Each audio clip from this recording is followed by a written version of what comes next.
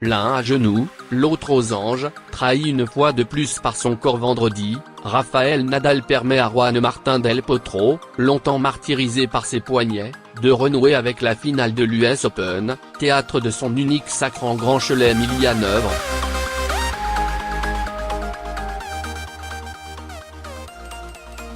L'Argentin y défiera Novak Djokovic, qui poursuit son spectaculaire renouveau. Strappé à 2 reprises sous le genou droit, le visage grimaçant, le N.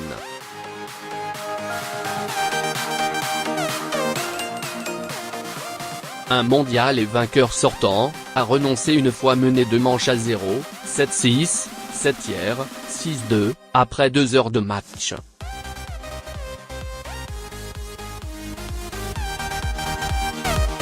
Débarrassé de la chaleur et de l'humidité étouffante qu'il avait fait souffrir depuis le début de la quinzaine new-yorkaise, Djokovic, lui, a écarté sans encombre le japonais Kei Nishikori, 19e, finaliste en 2014, en moins de 2h30, 6-3, 6-4, 6-2.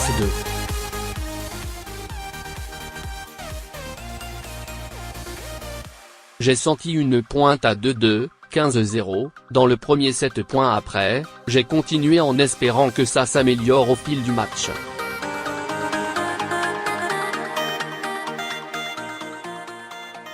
Mais ça n'a pas été le cas, a expliqué Nadal, qui déteste abandonner. Je ne pouvais pas courir, pas poser mes appuis, ni pousser au service.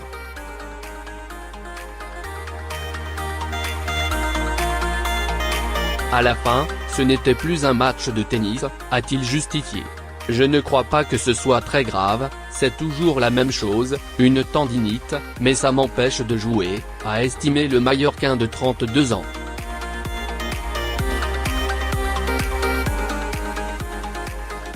Cet abandon interroge sur la participation du N.1 mondial à la demi-finale de Coupe Davis entre la France et l'Espagne, dans une semaine à Lille, 14-16 septembre.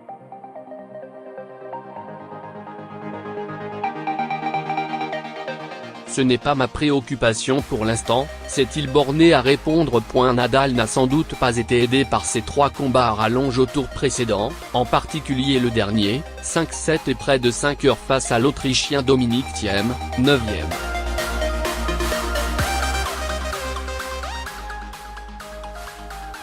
Il avait montré des premiers signes de faiblesse au niveau de son articulation dès son 3e tour face au Russe Karen Khachanov, 22e.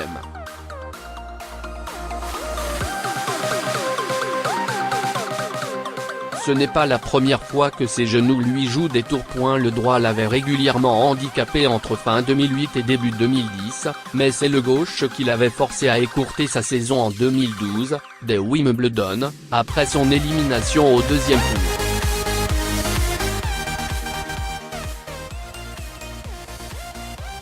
La saison dernière, une fois assuré de finir l'année sur le trône du tennis mondial, l'Espagnol avait déclaré forfait au cours du Masters 1000 de Paris, puis n'avait joué qu'un seul match au Masters de fin d'année à Londres.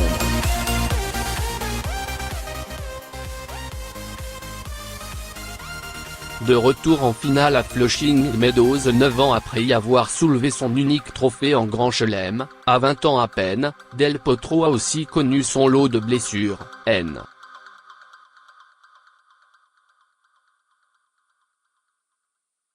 4 mondial début 2014, le grand Argentin, 1,98 m, est relégué au-delà de la 1000e place mondiale quand il revient à la compétition en février 2016, après 2 années gâchées par 3 opérations au poignet gauche.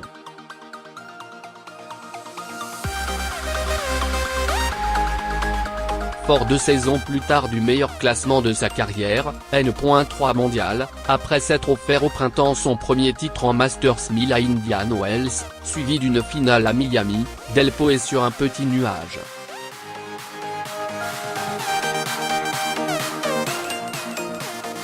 Je n'arrive pas à croire que je vais avoir une autre chance de jouer une finale en Grand Chelem ici, dans mon tournoi préféré, s'est félicité le Sud-Américain, qui fêtera ses 30 ans le 23 septembre.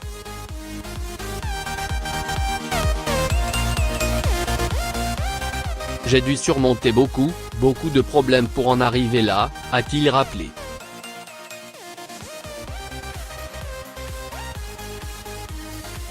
quand ses poignets ne le laissaient pas en paix.